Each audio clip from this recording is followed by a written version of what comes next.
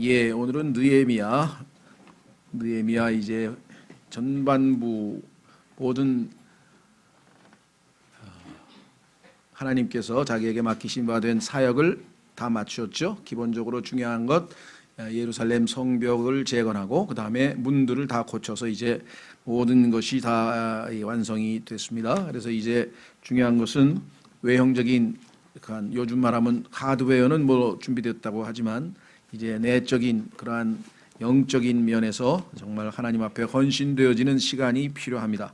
그래서 오늘은 하나님의 말씀을 통해서 이제 어떻게 이들이 영적인 축복을 누릴 수 있는지, 그래서 오늘은 영적인 필요를 채우시는 하나님을 우리가 만날 수 있을 것 같습니다. 자, 8장으로 가겠습니다. 8장으로 가면 온 백성이 한 사람처럼이라고 하는 것은 정말 한결같이 똑같이 한 마음이 되어서 그런 뜻이겠죠. 물문 앞의 거리에 함께 모여, 문의 종류가 12개라 그랬습니다. 그 중에서 이제 물이라고 하는 문 앞에 모였는데 하나님의 말씀을 이제 듣기로 한 그런 상황이다 보니 성경에서 하나님의 말씀이 물로, 그렇죠, 말씀의 물로 씻는다라는 표현이 나오고, 예수 그리스도께서도 이 하나님의 말씀을 물로 해서 너희가 다 씻은 사람은, 그렇죠, 몸을 다 씻은 사람은 물로 이제 발을 씻는 것만 남았다, 이렇게 말씀하셔서 그것이 곧 하나님의 말씀의 물로 씻는다는 것을 성경에서 말씀하는 걸 보면 좀 뭔가 우리에게 암시하는 것 같죠. 왜냐하면 다른 문도 아니고 물문이구나, 이게 물인데 물문 앞에서 하나님의 말씀을 선포하시는구나, 이렇게 돼서 연관성이 있다는 것을 우리가 염두에 두실 수가 있겠죠. 자, 그래서 온 백성이 한 사람처럼 물문 앞의 거리에 함께 모여 서기관 에스라에게 주께서 이스라엘에게 명령하신 모세의 율법책을 가져오라고 말하매, 그래서 이제 정치적인 지도자인 느헤미야와 스룹바벨은 이미 이제 여기 등장하지 않고요. 느헤미야가 소위 말하면 이 영적 지도자에게 해당되는, 그렇죠, 서기관 또 제사장 역할을 하는 에스라에게 하나님의 말씀을 가르칠 것을 요청하는 장면이 나오고 있습니다. 자, 그래서 일곱째 달 초하루에 유대인들이 원래 첫째 달에 3번에 걸쳐서 명절을 지키고, 그다음에 50일 이후에 그다음에 오순절이라고 하는 명절을 지키고, 그다음에 마지막 일곱째 달에 가서 3번의 명절을 지키는데, 이 첫째 날은 사실은 아시다시피 나팔절이고요. 그다음에 11일이 되면 속죄일이고, 그다음에 15일서부터 시작해서 22일까지 일주일간 우리가 장막절이다, 이렇게 지금 명절이 있습니다. 네, 지금 여기서는 문맥으로 봐서는 뒤에 장막절을 지키는 장면이 나오는데, 일단 모이기는 첫째 날 모였어요. 나팔절. 하나님께서 사람들을 불러 모으실 때 나팔을 사용하십니다. 그러니까 이스라엘 백성은 두 가지 종류에서 나팔을 부는데, 하나는 사람들에게 집회에 모여라 하고 이제 통보하는 방식으로 이제 나팔을 붑니다. 뭐 군대도 보면은 추침 나팔이 있고 기상 나팔이 있고 이렇게 행진 나팔이 있고 행군 나팔이 있고, 그 나팔의 여러 가지 종류에 따라서, 나팔 소리의 종류에 따라서 그게 정해지듯이 이스라엘 백성들도 그와 같은 것이 있습니다. 그래서 어떻게 불면 이것은 모이라는 뜻이구나, 예배하기 위해서 다 회중 앞으로 한 사람 같이 다 모이라는 뜻이다, 이렇게 해서 모이고요. 또 하나는 전쟁 나가기 위해서 이제 준비하라는 뜻이기도 하시고요. 그렇습니다. 그래서 이 나팔이 이스라엘 백성들과 밀접한 관계가 있고, 하나님께서 전 세계에서 이스라엘 민족들을 다 불러 모으실 날이 있으실 것이라고 성경에 예언했는데, 그 예언을 성취한 날이 아마 이 나팔절이겠죠. 그래서 다 함께 지금 모여 있습니다. 다 함께 모여 있고요. 일곱째 달 초하루에 제사장 에스라가 율법책을 가지고 남자들과 여자들과 회중과 지각이 있어 들을 수 있는 모든 사람 앞에 이르러, 그러니까 아주 어린애같이 전혀 알아듣지 못하는 사람들을 억지로 뭐 예배에다가 앉혀놓고 뭐 그러지는 않은 것 같아요. 뭐 여기에 특별한 얘기가 없습니다만, 일단 알아들을 수 있는 사람, 하나님의 율법의 책을 읽을 때 그 율법책을 알아들을 수 있는 사람들을 일단 다 모여라, 이렇게 이 얘기가 됐습니다. 그렇죠? 그래서 모든 사람 앞에 이르러 물문 앞의 거리 앞에서 아침부터 정오까지 이때 아침이 몇 시냐? 그러면 유대인들의 아침은 아시다시피 6시부터 시작합니다. 그러니까 오늘날 우리가 생각할 때는 야, 대단하다. 뭐 자세한 내용은 안 나와 있습니다만은 6시부터 12시까지 그러면 서서 내내 예배만 드렸느냐? 지금 현재 문맥으로 봐서는 그렇게 한 것 같아요. 그러니까 오늘날 우리가 생각하는 것보다는 뭐 상당히 아주 이 좀 강도 높은 예배였고요. 또 사도 바울도 설교할 때 보면 밤새고 설교하다가 듣다가 졸다가 넘어진 유두고 얘기도 나오는 걸 보면 이 당시에는 아주 이 상당히 이 길게 아마 예배를 드렸을지도 모르겠습니다. 특별한 날이기 때문에 매번 이렇게 드리는 건 아니고요. 특별한 날이기 때문에 아마 그랬을 가능성이 있는데요. 자, 그래서 아침부터 정오까지 뭐 6시부터 12시까지 남자들과 여자들과 깨달을 수 있는 사람들 앞에서 그것이 그 안의 것을 낭독하매, 그렇죠? 온 백성이 율법책에 귀를 기울였더라. 큰 소리로 우리도 본문을 낭독하고 설교하듯이 이들도 하나님의 말씀을 큰 소리로 낭독을 했는데 아마 얼마만큼 길게 했는지 잘 모르겠습니다. 그래서 율법책에 귀를 기울였더라. 그래서 어떤 분은 율법책에 귀를 기울였다 그러니까 혹시 6시간 정도면은 모세오경 다 읽은 거 아니냐. 그러니까 모세오경이 율법책이라고 성경에서 얘기하니까 율법책을 창세기부터 그러면 앞에나 신명기까지 다 읽은 거 아닌가 그렇게 생각하시는 분도 있는 것 같아요. 정확하게는 모르겠습니다. 하여간 우리가 뭐 추정을 해볼 수는 있는데요. 자, 그래서 서기관 에스라가 그들이 강단으로 쓰려고 만든 나무 강단의 섬에, 성경에 나와 있는 이 강단이라고 하는 그런 표현 때문에 이런 강단, 소위 말하면 이 펄핏이라 그래가지고 이렇게 강단이 있고 그다음에 이제 뭐 여기는 강대상 얘기는 없습니다만은 강단 위에 그래야 위로 올라가야 다른 사람들이 밑으로 내려다 보일 거 아니에요, 그렇죠? 그래서 이것은 무슨 뭐 그 사람이 뭐 다른 사람보다 더 높아서 이렇게 이 강단을 만들어 놓은 게 아니라 사람들에게 주목해서 볼 수 있도록 하기 위해서 만든 것이죠. 그래서 이 오늘날 이 우리가 만든 강단도 이게 좀 그렇게 높진 않지만 마찬가지 역할을 하는 거죠. 자, 그의 곁으로 그의 오른편에는 마띠디아와 스마와 아나야와 우리야와 힐기야와 마아세야가 섰고 그의 왼편에는 부다야와 미사엘과 말기야와 하숨과 하스바다나와 스가랴와 무술람이 섰더라. 에스라가 온 백성 위에 있었으므로, 이것은 이제 높이가 제가 여러분보다 지금 높이 있는 거하고 똑같은 뜻입니다. 뭐 특별한 다른 뜻이 아니고 온 백성의 눈앞에서 책을 펴니 그가 책을 펼 때에 온 백성이 일어서니라.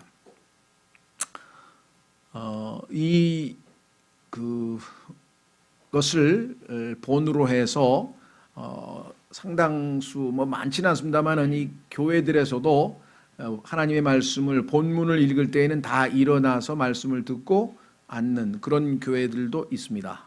그건 뭐 이 하나님의 말씀에 대한 어떤 존경심의 표현이기 때문에 뭐 문제될 거 없을 뿐만 아니라 좋은 관습일 수도 있죠. 그렇다고 해서 또 반드시 또 이게 율법으로 해서 이렇게 다 꼭 해야만 된다 해서 하나님 말씀을 읽을 때 안 일어나는 교회는 또 엉터리 교회냐 그렇게 생각하실 필요도 없고요. 성경에서 좋은 본은 우리가 따르자. 또 여기 보면은 기도할 때 손을 하늘을 향해서 들고 기도하거든요. 예수님도 하늘을 쳐다볼 때 손을 들고 기도했고, 그래서 신약 성경에도 보면은 거룩한 손을 들어서 하나님께 기도하라. 남자들에게 기도하라고 할 때 손을 들어 기도하라는 표현이 나와요. 그렇다고 해서 우리가 항상 기도할 때 손을 들고 기도해야 되느냐? 또 어떤 사람은 무릎을 꿇고 기도해야 된다. 또 뭐 하여간 엎드려 뭐 기도해야 된다. 뭐 다양한 얘기를 하는데 그건 어떤 주어진 형식은 없습니다. 다만 하늘에 계신 하나님이기 때문에 예수님께서도 하늘을 우러러보면서 기도했다면 우리가 어떤 분들이 좀 약간 그 감정에 굉장히 이모셔널 하신 분들은 막 하늘을 향해서 손을 막 흔들기도 하고 막 그렇게 조금 우리가 볼 때는 약간은 과격한 그런 기도들을 하고요. 또 그런 기도를 하시는 분들이 이제 주로 이제 은사주의 쪽의 지체들이 그런 기도를 많이 하는데 그걸 우리는 저거 뭐 이렇게 유난을 떠냐는 등의 이렇게 부정적인 모습으로 바라볼 필요는 없습니다. 다만 이 손을 들고 기도할 때 보면 막 너무 소리를 질러대 가지고 거의 뭐랄까 좀 정상이 아닌 것 같은 그런 모습을 보이기 때문에 이것은 성경에서 말씀하시는 하나님께서 말씀하시는 교회의 질서에 어긋나잖아요. 그렇죠? 예, 본인은 뭐 너무 막 기분 좋아가지고 열심히 막 어떤 분은 막 방언으로 하는 분도 있는데 성경에서 방언은 혼자 있을 때 하고 싶을 때 하라 그랬지 또 교회 집회에서는 하지 말라 그랬거든요. 통역이 없으면 하지 말라 그랬고 그래서 성경에 나와 있는 좀 하나님은 혼란의 창시자가 아니기 때문에 질서 있게 모든 일을 해야 된다. 그래서 질서 있고 품위 있게 하는 것이 필요하다 이렇게 생각합니다. 그래서 다만 어떤 분이 너무나 기뻐서 하늘을 향해 손을 들고 기도할 때 그걸 보고 이렇게 쓸데없이 뭐 지적을 한다든가 이럴 필요도 없다 그러는 것이죠. 그래서 주님께서 주어진 자유를 우리가 얼마든지 향유하되 그러나 또 다른 지체들에게 방해되지 않는 질서의 범위 내에서 하면은 상관이 없다 그랬습니다. 그래서 여기 보면 지금 손을 들고 그렇죠? 여기 보면은 5절에 온 백성이 눈앞에서 책을 펴니 그가 책을 펼 때 온 백성이 일어서니라. 에스라가 주 곧 위대하신 하나님을 찬송하며 하나님을 찬양합니다. 뭐 이렇게 했겠죠. 뭐 아니면 뭐라고 표현했는지 모르지만 구약으로 하면은 뭐 주의 이름을 드높입니다 했던가. 그러니까 어떤 방식으로 크게 회중이 들을 수 있도록 외쳤는데 또는 기도했을 수도 있죠. 전능하신 하나님, 거룩하신 하나님 하면서 하나님을 부르면서 기도했을 수도 있고요. 어떤 방법으로든지 간에 하나님을 찬송을 하니까 온 백성이 손을 들고 아멘 아멘 하고 응답하며 머리를 숙이고 그 다음에 얼굴을 땅에 대며 주께 경배하였더라. 이 사람들의 그 하나님에 대한 경배는 자신을 낮추는 거니까 땅에 얼굴을 바닥에다가 얼굴을 엎드려서 대는 것이 하나님의 그 존귀 여기는 높임이 그런 방식이었죠. 그래서 이것은 구약의 유대인들의 풍습일 뿐 이것이 교회나 아니면 뭐 하나님의 백성에게 정해진 룰로 정해진 것은 아니라는 것. 그러나 참조하시면 좋죠. 자, 그래서 정말 아주 이 뜨거운 지금 아주 이 예배 분위기가 지금 이제 무르익습니다. 또한 7절 예수아와 바니와 세레비아와 야민과 악굽과 사부대와 호디야와 마아세야와 그리다와 아사랴와 요사밧과 하난과 블라야와 레위 사람들이 백성으로 하여금 율법을 깨닫게 하였는데 백성은 자기 자리에 서 있었더라. 자, 여기서 지금 깨닫게 하였다라고 하는 말은 너무나 많은 사람들이 몇만 명의 사람들이 다 모였기 때문에 지금 에스라가 한 사람이 외칠 때 다 모든 사람이 들을 수 없기 때문에 소위 말하면 우리 그 주에 만찬할 때 몇 분이 나누어서 그게 진행하듯이 13명인가요? 여기 지금 나와 있는 사람이 레위 지파에 그 담당하는 사람들 하나하나에게 다 이렇게 분담해서 가르쳤다. 뭐 이렇게 해석하시는 분도 있고요. 어떤 분들은 거기에 페르시아에서 소위 말하면 유대인이 된 사람도 있을지도 모르고 또 유대인들 중에서 페르시아에 살다가 왔으니까 그 나라 말을 하고 유대인 말을 잘 못하는 사람도 있지 않았겠느냐는 얘기도 있고 그래서 통역을 했을 것이다. 뭐 이렇게 생각하시는 분도 있는 것 같아요. 뭐 정확하게는 안 나와 있습니다. 일단은 그러나 여기 있는 그대로 이제 보조 이렇게 하나님의 말씀을 가르치는 사람이 한 사람이 아니라 여러 사람이 나누어서 함께 가르쳤다라고 하는 것은 분명한 사실인 것 같습니다.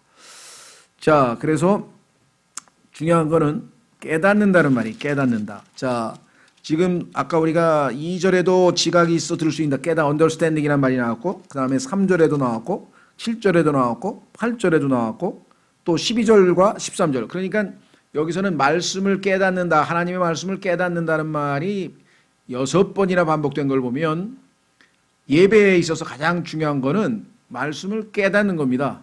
하나님의 말씀을 깨닫는데 어떻게 해야 깨닫느냐?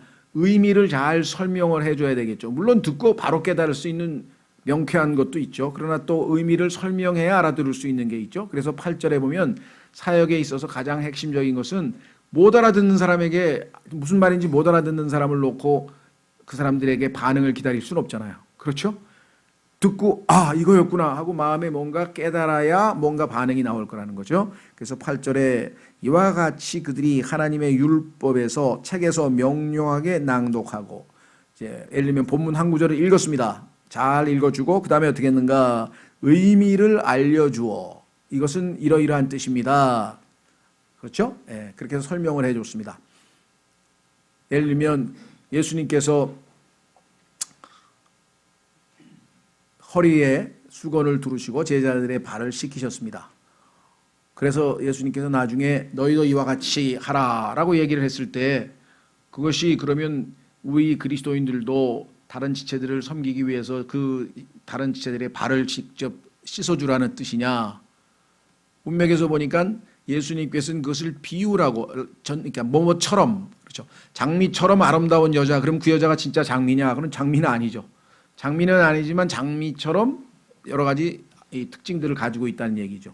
그렇다면은 예수님께서 세족식을 하면서 제자들의 발을 씻기면서 너희도 이와 같이 서로 섬기라고 했을 때 그 얘기는 발을 씻겨주라는 게 아니라 비유니까 이게 무슨 뜻일까라고 성경을 찾아보니까 하나님께서는 예수 그리스도의 피로 씻음 받을 때 우리의 죄가 다 씻겨지고 구원을 받아서 그렇죠? 우리가 다 깨끗하게 되었지만 이 세상에서 다시 살다 보니 발에 다시 먼지가 묻고 그래서 더럽혀졌으니 말씀의 물로 잘 씻어서 항상 거룩함을 유지하고 정결한 삶을 살라. 그래서 예수님께서도 주님의 몸된 교회를 물로 씻어주시겠다라고 에베소서에서 말씀하셨고 그러니까 성경에서 이 물로 씻는다고 하는 것은 말씀의 물로 씻는다는 뜻이구나. 그러면 성도 형제자매님들이 서로가 서로를 말씀의 물로 말씀 안에서 교제하다 보면 서로가 서로를 말씀의 물로 씻어주시자는 그런 교제를 통해서 서로를 섬기라는 주님의 비유적 표현이구나 라고 이제 설명을 제가 해드리면 그게 그런 뜻이구나. 그래서 성경에 보면 내가 한 것을 그대로 하라 이렇게 표현 안 하고 내가 한 것처럼 그렇죠? 그렇게 하라 이렇게 해서 성경의 그 비유를 나타내는 아까 얘기한 것처럼 장미처럼 이렇게 얘기했단 말이죠. 자, 그러니까 하나님의 말씀을 우리가 선포하는 것을 씨 뿌리는 것으로 비유하셨잖아요. 그러면 진짜 말씀을 들고 가서 여러분에게 씨 뿌리듯이 뿌리나요 제가? 그건 아니잖아요. 이거 비유잖아요. 하나님의 말씀을 통해서 말씀이 여러분의 마음밭에 떨어지는 것 그게 씨를 뿌리는 것으로 성경에서 비유했듯이 그렇게 이제 설명을 해주면 그런 뜻이구나 라고 이제 알았다 이 말이죠. 그렇죠? 예.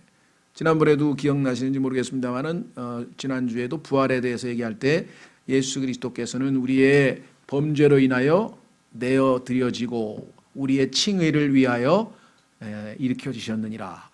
무슨 뜻인가?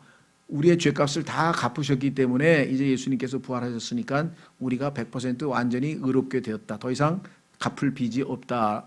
청산이 되었다. 그러니까 부활은 우리의 칭의를 입증하는 그러한 영수증과 같은 것이구나. 그래서 설명을 듣고 그래서 우리의 칭의를 위해서 예수님이 부활하셨다는 뜻이구나. 이해가 된다. 이해. 깨달아져야 된다는 것이죠. 자, 그래서 여기서도 지금 깨닫게 하였는데 백성은 자기 자리에 서 있더라. 이와 같이 그들이 8절 하나님의 율법에서 책에서 명료하게 낭독하고 의미를 알려주어 그들로 하여금 그 낭독하는 것을 깨닫게 하였더라. 딱 깨닫고 나니까 어떻게 되겠습니까? 마음에 하나님의 말씀은 우리에게 찔림을 가져다 주죠. 하나님의 말씀이라고 하는 것은 특히 성경에 보니까 율법은 죄를 깨닫게 한다고 성경에 써 있어요. 그러니까 율법의 말씀을 듣는 순간에 자신들의 죄들이 다 깨달아졌겠죠. 우리가 하나님의 율법을 얼마나 많이 어겼는가 이렇게 깨닫게 되었을 것입니다. 그렇죠? 자, 마태복음 일단 13장 18절로 가보겠습니다. 마태복음 13장 18절에 하나님의 말씀을 듣고 깨닫지 못하는 자는 새들이 날아와서 그 하나님의 말씀을 다 채가버린다 그랬어요. 교회는 왔는데 하나님의 말씀을 듣기는 들었는데 뭔 소리인지 전혀 깨닫지 못했다. 그럴 때에는 마귀가 와서 그 말씀들을 다 채워가버린다라고 예수님께서 말씀하셨습니다. 마태복음 13장 8절.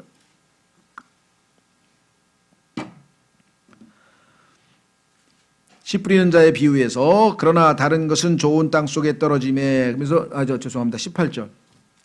그런즉 너희는 씨 뿌리는 자의 비유를 들으라 하면서 예수님께서 말씀하실 때 19절 어떤 사람이 왕국의 말씀을 듣고 그것을 깨닫지 못할 때에는 교회 왔는데 설교를 들었는데 깨닫지 못했어. 그럼 어떻게 되냐? 그 사악한 자가 와서 그 마음속에 뿌려진 것을 채워가나니 이 사람은 곧 길가의 씨를 받은 자니라.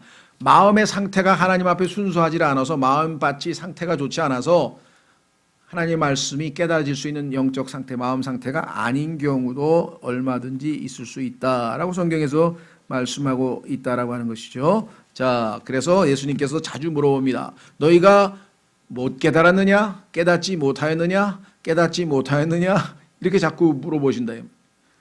그렇죠? 그래서 깨닫지 못하면 다시 묻고, 그렇죠? 기도하고 주님 이게 무슨 뜻인지 말씀해 주십시오. 깨닫게 해 주십시오. 이렇게 기도하고 또 묻고 해서 정확하게 깨달아야지만 하나님 말씀에 대한 반응이 나옵니다. 그 반응은 뭐냐? 여기서는 일단 율법을 들었기 때문에 율법에 대한 반응은 회개죠. 그래서 울었습니다. 율법을 듣고 하나님 앞에서 회개하는 마음으로 울었다 그랬습니다. 자신의 죄가 다 펼쳐지는데 울지 않을 사람이 있을까? 느헤미야 8장 9절 온 백성이 율법의 말씀들을 듣고 울므로 성령의 강력한 역사가 일어났죠. 그렇죠? 그러니까 그 하나님의 말씀이 강하게 역사하니까 울 수밖에 없죠. 찔림이 생기니까. 하나님 말씀 우리가 다 어겼구나. 하나님께서 이렇게 용서하셨는데 우리가 또 죄를 지었구나. 디르사다인 느헤미야와, 디르사다라고 하는 말은 총독이라는 뜻입니다. 그 페르시아 말 같아요. 느헤미야와 제사장 겸 서기관인 에스라와 백성을 가르친 레위 사람들이 온 백성에게 이르기를, 자, 너희가 울고 죄에 대한 찔림이 있는 것은 올바른 반응이다. 그러나 거기에 멈추는 게 아니에요. 그것을 깨닫는 순간 그럼에도 불구하고 우리를 여전히 사랑하셔서 용서하시고, 그렇죠? 죄의 고백을 듣고 용서하시고 다시금 우리로 하여금 하나님의 뜻에 순종해서 하나님의 자녀로 살아갈 수 있게 받아주시는 그분, 이러한 모든 것들을 생각할 때 당연히 어떻게 되겠습니까? 네. 기뻐해야 된다. 자, 시편 51편에도 다윗이 회개를 하나님 앞에 하면서 용서를 구하고 성령을 거두어가지 말라고 간절히 하나님께 애청하면서, 만약에 하나님이 나를 용서하셔서 다시 정결케 해주시면 내가 기쁨으로 복음을 전하고 기쁨으로 하나님을 섬기겠다, 이렇게 얘기를 해요. 그래서 지금 그 율법의 기능을 다 한 거예요. 찔림을 가지고 거기에 회개의 그 열매를 보였는데 그것이 뭐냐면 눈물이었어요. 그렇죠? 하나님 앞에서 눈물을 흘렸습니다. 그러자 이날은 주 너희 하나님께 거룩한 날이니 애곡하지 말며 슬피 울지 말라 하고, 그때 그가 그들에게 이르기를 너희 길로 가서 기름진 것을 먹고 단 것을 마시며 아무것도 예배하지 못한 자들에게 일부를 보내라. 이날은 우리 주께 거룩한 날이니라. 너희는 또한 슬퍼하지 말라. 주의 기쁨이 너희의 힘이니라 하고. 그러니까 우리가 하나님의 말씀을 듣고 죄의 찔림을 받고 우리가 이제 구원을 받았다. 예수 그리스도를 영접했다. 그러면 즉시로 뭐예요? 그 다음에는 슬픔이 아니라 우리에게는 죄 사함에 대한 기쁨이 우리를 지배해야 되고, 하나님의 은혜와 사랑에 대해서 우리가 감격해서, 그렇죠? 구원의 유월절에 잔치를 벌여야 되겠죠. 그래서 여기 지금 뭐라고 얘기했습니까? 우리가 예수님 그 유월절 때도 양을 죽일 때는 슬픔의 순간이지만 피를 바르고 난 다음에는 안에서 고기를 먹고 빵을 먹고 나물을 먹고 먹는 잔치가 벌어지잖아요. 마찬가지입니다. 여기서 지금 그래서 기쁨의 명절을 지키자 하면서 지금 명절을 지키는 장면이 나옵니다. 그래서 주의 기쁨이 너희의 힘이니라.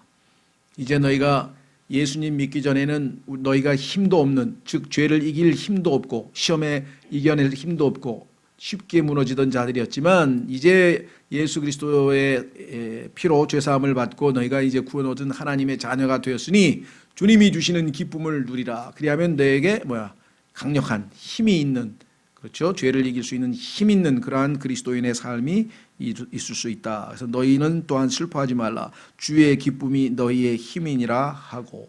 그래서 주님께서 우리에게 제공하시는 기쁨이 있을 때에 우리 그리스도인은 힘 있는 그러한 그리스도인의 삶이 우리에게서 이루어지겠죠. 그래서 성경에 보니까 정말 하나님의 말씀을 대할 때에 마치 보석을 발견한 것 같은 기쁨으로 하면서, 시편에 보면 지금 시간이 없어서 찾지 못하는데요, 너무나 많은 사람들이 막 그 기쁨으로 하나님께 자신을 표현하는 장면이 나옵니다. 말씀은 1차적으로 우리에게 찔림을 가져줘서 주 앞에 우리를 낮추시고 겸손하게 하지만 주님의 은혜와 사랑을 깨달을 때 우리는 기뻐하게 되는 것이고, 11절 이처럼 레위 사람들도 온 백성을 조용하게 하며 이르기를 오늘은 거룩한 날이니 너희는 조용히 하고 근심하지 말라 하며, 온 백성이 자기들의 길로 가서 먹고 마시며 일부를 보내고 크게 기뻐하였으니 이는 그들이 자기들에게 밝히 드러난 그 말씀들을 깨달았기 때문이다. 말씀을 깨달으면 슬픔에 머무르는 것이 아니라 하나님의 성령의 역사로 찔림으로 인해서 우리가 정화되지만 하나님 앞에 회개를 하지만 그것은 곧 우리에게 기쁨을 가져다 준다. 그래서 시편 51편에도 회개의 기도인데 기쁨으로 끝나는 것을 우리가 볼 수가 있습니다. 그렇죠? 자, 그래서 우리는 첫 번째 깨달은, 두 번째 기쁨, 세 번째 하나님의 말씀에 대해서 우리가 어떻게 반응해야 되느냐. 처음에는 깨달아야 된다. 두 번째는 울지만 회개하지만 곧바로 기쁨을 회복해야만 한다. 세 번째 반응은 뭐냐? 그 말씀에 순종해야 된다.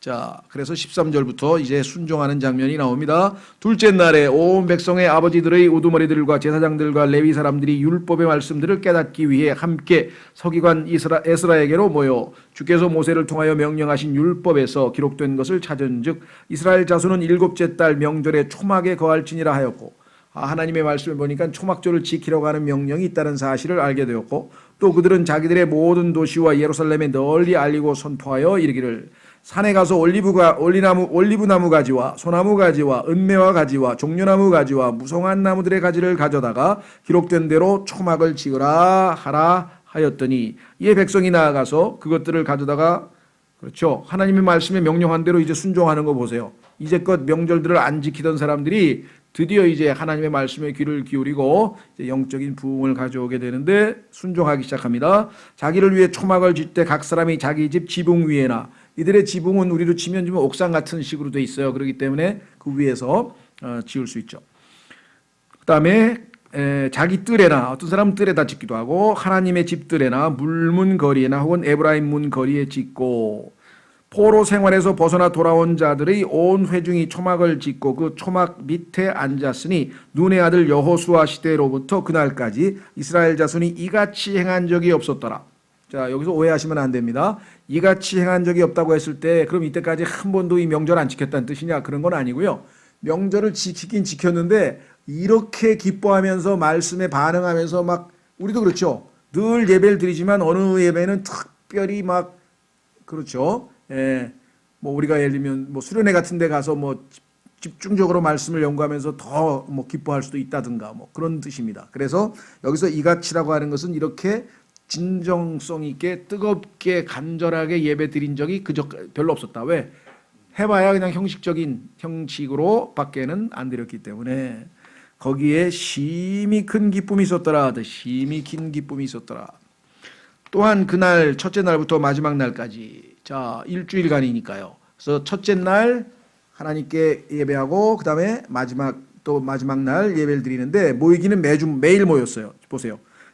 첫째 날부터 마지막 날까지 날마다 그랬잖아요. 날마다 하나님의 율법책에서 낭독하고 그들은 이래 동안 명절을 지키며 여덟째 날에 관례대로 엄숙한 집회를 열었더라. 매일 일주일 내내 요즘으로 치면 이제 부흥회를 한 셈이죠. 이 초막절 또는 장막절이라고 하는 것은 아시다시피 하나님께서 7명절 가운데 뭐 성경에서 굉장히 중요한 의미가 있습니다. 창세기 1장에서 태양이 뜨는 날서부터 시작해서 예수 그리스도의 재림, 예수 그리스도의 초림과 연관되어 있고, 또 유대인들의 경우에는 광야에서 일정한 거주지가 있는 것이 아니라 항상 장막을 뜯어서 이동하고 또 유목민식으로 하나님께서 가나안 땅에 가서 집을 짓고 정상적으로 집을 짓고 살기까지는 계속해서 이동하는 것이었잖아요. 그러니까 딱 일정한 집이 없었죠. 그래서 그들이 집 없이 떠돌아다니던 그 시절에 하나님이 어떻게 자기들을 지켜 보호해 주셨는지를 기억하면서 감사하는 거예요. 그렇죠? 예. 그래서 이 과거를 바라보는 거예요. 하나님께서 정말 우리에게 너무나 신실하게 돌봐주셨구나에 대한 감사. 그 다음에 추수하는 때이기 때문에 장막절은 추수 때니까 우리도 치면 추수감사절과 같은 거죠. 그래서 정말 오곡백과가 무르익고 정말 하나님께서 복 주셔서 모든 풍성한 이런 식물과 과일을 주셨을 때 자기 주변을 들여다보면서 하나님께 대한 감사하는 명절이라. 과거에 지켜주신 것에 대한 감사, 지금 풍성하게 수확을 주신 것, 추수를 하게 해주신 것에 대한 감사, 그리고 미래에 메시아가 하나님의 아들 예수 그리스도께서 재림하셔서 이 땅에 그분이 직접 성전에서 다스리게 될 미래의 왕국을 바라보는 감사. 그래서 이 장막절이라고 하는 것은 이스라엘의 과거, 현재, 미래를 총체적으로 하는 7번째 마지막 완성이잖아요. 7이라고 하는 숫자는 7번째 마지막 명절이기 때문에 정말 모르겠어요. 이제 얼마만큼 의미를 알고 했는지. 우리 같이 지금 구약, 신약, 그다음에 하나님의 경륜 이런 것들을 전체적으로 지금 잘 배운 사람들은 야, 이 장막절이라는 게 어마어마하게 깊이 의미가 있겠구나 생각할 텐데 적어도 그 사람들은 두 가지는 했어요. 근데 이제 미래에 대한 것은 얼마만큼 파악을 하고 기대했는지는 여기는 잘 안 나와 있지만 우리는 미래에 예수 그리스도께서 재림하시는 그날이 장막절이고 그 장막절은 온 우주에서 예수님이 다스리는 천년왕국 때 우주 최대의 명절이다라는 것을 성경을 통해서 한번 확인해 보겠습니다. 스가랴서 14장. 스가랴서 14장에 가면은 예수님께서 다스리는 그 천년왕국 때 장막절을 지키러 올라오지 않은 백성들에게 하나님께서 내리시는 심판과 징계에 대한 이야기가 성경에 기록되어 있어요. 스가랴서 14장 16절. 스가랴서 14장 16절. 스가랴서 14장 16절. 예루살렘을 치러 온 모든 민족들 중에서 남은 모든 자가, 우리 양과 염소로 구분되는 그 남은 자들 있죠? 즉 아마겟돈 전쟁에서 살아남은 자들이 있습니다. 남은 모든 자가, 이들이 이제 양으로 분류된 자들은 이제 백성이 될 거 아니겠습니까? 모든 자가 심지어 해마다 올라와 매년 예루살렘에 예수 그리스도께 경배하러 옵니다. 여러분들 아마 우리가 굳이 요거를 조금 이해하기 위해서 비유를 들자면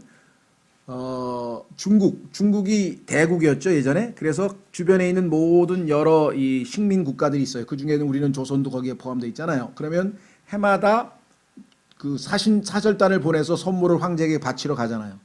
안부를 묻고 뭐 이런 거 있잖아요. 보고서를 바치고 뭐 이런.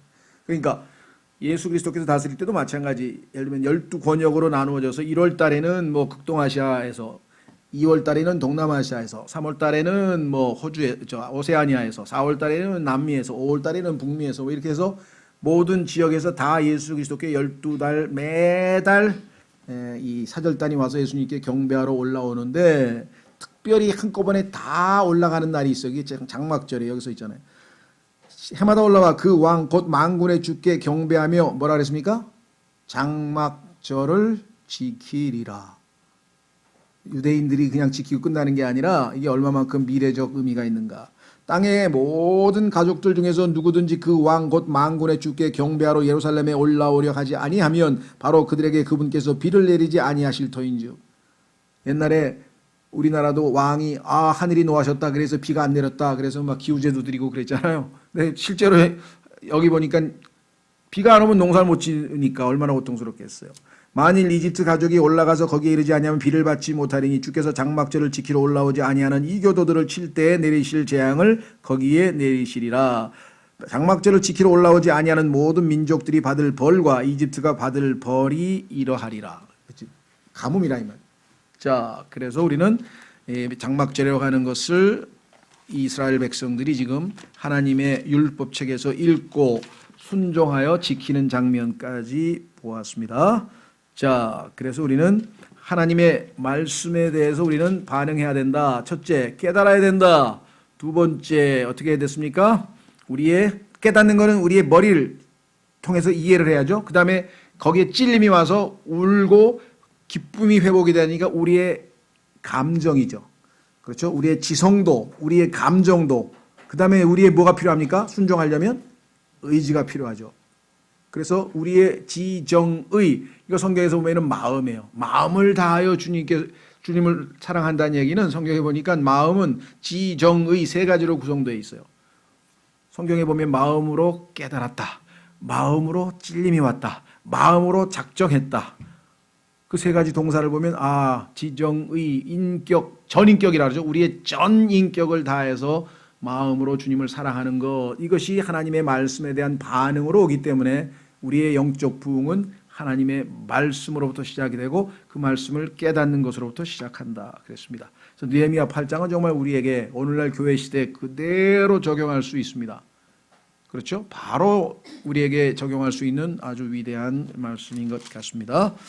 다음 시간에 이제 9장으로 가겠습니다. 오늘 이 시간에 여러분과 제가 오늘 주신 말씀을 통해 나는 주일날 오전에 성경 공부하고 오전에 설교 듣고 오후에 다시 공부합니다. 적어도 또 수요일날 여러분 여기 와서 또 듣고 또 이런 경우 하나님의 말씀을 들을 때 내가 얼마만큼 깨닫는가 한 절반쯤 깨달으면 더 하나님 명쾌하게 성경에 보면은 깨닫는 자들에게는 하나님의 말씀이 plain하다 그랬어요. plain 명백하다고. 깨닫지 못하면 명백하지가 않죠. 애매하죠. 이게 뭔지 잘 모르겠는데 이렇게 되는. 깨닫는 자에게는 모든 하나님의 말씀은 plain 명백하다고 성경에 말씀했기 때문에 내가 하나님 앞으로 예배 때 또 하나님 성경 공부 때 하나님 말씀을 들을 때 명쾌하게 될 수 있도록 명백하게 될 수 있도록 잘 깨달을 수 있도록 도와주시고 제가 하나님께 내 감정과 정서와 또 의지까지 들여서 온전히 순종함으로 합당한 열매 맺는 신앙생활 그래서 하나님께 영광 돌리는 신앙생활 할 수 있게 도와주십시오. 시간 다 같이 잠깐 기도하겠습니다.